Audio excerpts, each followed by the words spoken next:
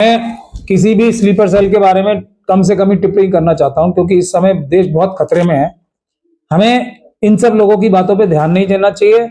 जो जिन लोगों के ऊपर हम अपने जो ये आरोप लगा रहे हैं, आरोप क्या सच्चाई है। स्लीपर सेल अगर वो अपने आप को ऐसा साबित करना चाहते हैं कि हम स्लीपर सेल नहीं है, तो ये व्याख्यान करना बंद करें, सड़क पे आए, आंदोलन करें।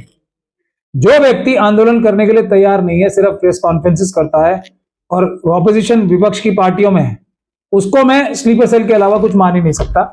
कोई भी हो, हमारा दोस्त हो या नहीं भी हो, ये सब बेकार की बातें हैं ना। कौन पूछ रहा है इनको? इनका क्या, कौन इनसे कोई इन्फ्लुएंस हो रहा है? पब्लिक खुद आरएसएस और बीजेपी से नाराज है। ये तो तरह तरह की बातें करके आर्टिकुलेट भी नहीं कर पाते हैं चीजों को ठीक से, पब्लिक को और भटकाने का काम करते हैं। जिस चीज के बारे में समझ नहीं है, ये नहीं बोलना चाहिए, लेकिन स्लीपर सेल्स तो बोलेंगे ही ना, कांग्रेस पार्टी की छवि खराब करने के लिए। इनको किसी विषय में नहीं बोलना चाहिए। अगर वे स्लीपर सेल्स नहीं है, आए आंदोलन करें, ईवीएम के खिलाफ आंदोलन करें। अगर कोई अपने आप को देशभक्त साबित करना चाहता है तो उसके पास एक ही रास्ता बचा है आज का, ईवीएम के खिलाफ आंदोलन करें, जेल जाएं, लाठी खाएं, तब कहीं जाके जनता मानेगी कि ये लोग आरएसएस के एजेंट नहीं। मोदी जी के सामने कोई इस्तीफा दे या नहीं दे, किसी मंत्री की कोई वैल्यू तो है नहीं। सब काम पीएमओ से होते हैं और सब काम मोदी जी के चुने हुए व्यक्ति बैठे हुए पीएमओ में। हर मंत्रालय का कार्य वहीं से होता है। मंत्री जी तो सिर्फ अंगूठा लगाने और साइन करने के प्रयोग में है, या कभी कभार मोदी जी की कृपा दृष्टि हो जाए तो एक आध बार वो टेलीविजन पे भी आके या प्रेस में आके कुछ बोल पाते हैं। इससे ज्यादा तो किसी का कोई रोल इस सरकार में है ही नहीं। रोल है तो मनुवादी मानसिकता के गुजराती बिजनेसमैन, जो इस देश के ऊपर प्लेग की तरह है, कोरोना वायरस की तरह है। मोदी जी की बात सिर्फ उनसे ही होती है।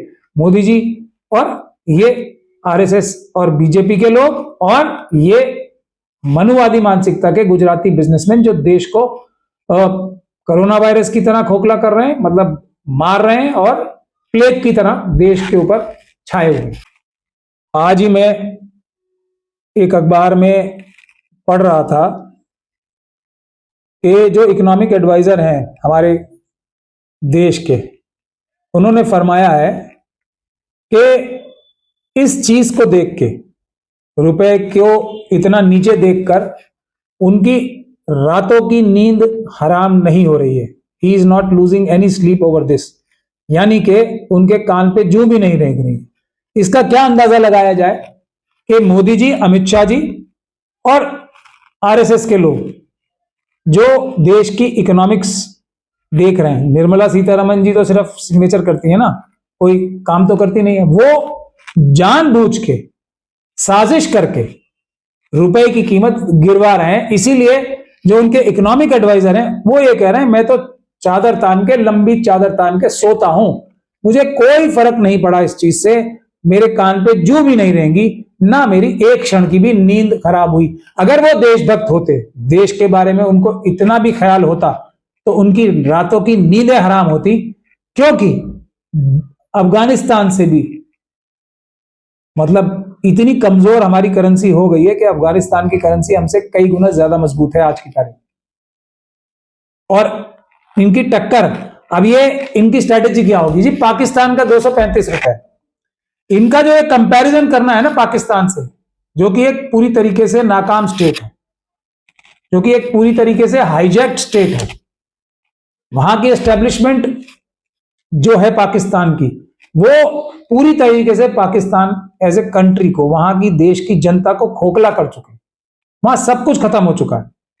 तो ऐसे देश से कंपेयर करके वो वाहवाही लूटना चाहते हैं। और जो ये क्रिमिनल मीडिया है, जिसको उन्होंने एक तरीके से अपनी पॉकेट में रखा हुआ है, या वो उनके वर्कर्स की तरह कार्य करती है, वो पाकिस्तान से कल कंपैरिजन शुरू कर देगी कि वहां तो 235 पे पहुंचा हुआ है, तो हम तो अभी फिर भी 145 ऊपर हैं। क्योंकि इनकी तो कंपैरिजन ही पाकिस्तान से है ना, आरएसएस और बीजेपी के लोगों का स्टैंडर्ड ही वही है, उसी से कंपैरिजन है, उसी से बातचीत है, उसी को दिखा के ये अपने आप को बड़ा साबित करना चाहते हैं। कोई इस पे ध्यान नहीं देगा। मैंने पुराने एक्सपीरियंस से देखा है, सुप्रीम कोर्ट का आदेश कोई नहीं मानेगा, बिल्कुल नहीं मानेगा, ध्यान भी नहीं देंगे, कान पे जू भी नहीं रेंगेगी।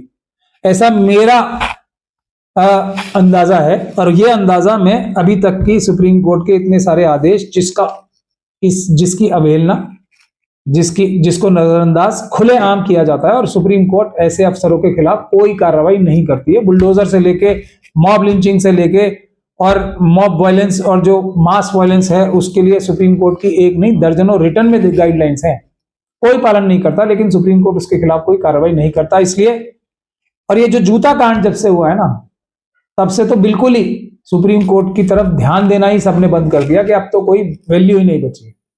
तो इसलिए मेरा ये मानना है कि इससे कुछ फर्क पड़ने वाला नहीं है, और ना हमें सुप्रीम कोर्ट से कुछ ज्यादा उम्मीद रखनी चाहिए। सुप्रीम कोर्ट के जजेस भी एक बार नहीं कई बार बता चुके हैं, टिप्पणियां भी कर चुके हैं, ओरल टिप्पणियां भी कर चुके हैं कि ऑपोजिशन का काम ऑपोजिशन का होता है, हमसे ऑपोजिशन का काम करने की उम्मीद ना करें। ये जो इस समय एसआईआर की प्रक्रिया चल रही है, ये पूरी तरीके से गैर कानूनी है, और इसका विरोध और इसका बायकॉट होना चाहिए था। सड़कों पे आंदोलन होना चाहिए था, और इसका पूरी तरीके से बायकॉट होना चाहिए था। उसके बरक्स, उसके उल्टा जो पॉलिटिकल पार्टीज हैं वो खुद सुप्रीम कोर्ट पहुंच गई, और सुप्रीम कोर्ट इस कार्रवाई को नहीं रोकेगी, नहीं रोका है, और इसके लिए भी बड़ा जन आंदोलन होना पड़ेगा। लेकिन जन आंदोलन भी कमजोर इसलिए होगा क्योंकि सुप्रीम कोर्ट हमारे खिलाफ फैसला कर चुका होगा तब से। लेकिन कोई बात नहीं, ये तो बाबा साहब का संविधान बचाने की लड़ाई है, हम लोग लड़ेंगे। लेकिन हमारा काम मुश्किल जो ये स्लीपर सेल्स हैं पॉलिटिकल पार्टीज में, वो सुप्रीम कोर्ट जाके कर रहे हैं। मेरी इस बारे में भी कोई टिप्पणी नहीं है। बुलडोजर का ऑर्डर तो पहले से ही है, उसके बारे में आज तक उसका खुलेआम उसकी धज्जियां उड़ाई जा रही हैं, और गवई साहब हमारे उसका कई जगह क्रेडिट भी ले चुके हैं कि मैंने मेरी जो चीफ जस्टिसशिप में सबसे बड़ा कार्य मैंने किया था वो बुलडोजर जस्टिस को रोक के किया था। लेकिन वो भी उनकी बात जो है सच्ची साबित नहीं हुई। मैं ये बहुत दुख के साथ कहना चाहता हूँ, आज भी बुलडोजर चली रहे हैं, और आप भी कितनी खबरें उस बारे में दिखा सकते हैं। तो मेरी इस बारे में भी कोई खास टिप्पणी करने की वजह नहीं है कोई। सुप्रीम कोर्ट अपनी जो रिस्पेक्टेबिलिटी है, ऑनरेबल एपेक्स कोर्ट अपनी रिस्पेक्टेबिलिटी कम कर रही है ये सब आदेशों का अपने अवहेलना होते देखकर, और जूता कांड ने सुप्रीम कोर्ट की गरिमा को बहुत ज्यादा नुकसान किया है। और उसकी वजह वो जूता फेंका जाना नहीं था, उसकी वजह ये था कि सुप्रीम कोर्ट का कोई रिस्पांस मजबूत उस पर नहीं हुआ। इसलिए बहुत दुख के साथ कहना पड़ रहा है कि इस देश के नागरिकों को खड़ा होकर जो हमारा सुप्रीम कोर्ट है उसको भी मजबूत करना पड़ेगा, जजेस के साथ खड़े रहना पड़ेगा कि वो दबाव में ना कार्य करें। कोई भी अगर दबाव उनके ऊपर आता भी है तो जनता का एक काउंटर दबाव भी है जो जजों के पक्ष में खड़ा रहेगा। हम तो यही कोशिश कर रहे हैं कि जजेस को ये समझा पाए कि पूरे देश की जनता आपके साथ है, कोई दबाव मानने की कोई आवश्यकता है ही नहीं। और 4 सुप्रीम कोर्ट के जजेस ने ही हमें ये बात बताई थी कि उनके ऊपर दबाव है, सिटिंग जजेस ने 2018 में। तब से ही तो हम लोग भी इतना अपनी जान भी रिस्क में लेके सड़कों तक पे आंदोलन करते हैं ताकि सुप्रीम कोर्ट की गरिमा तो कम से कम बची रहे।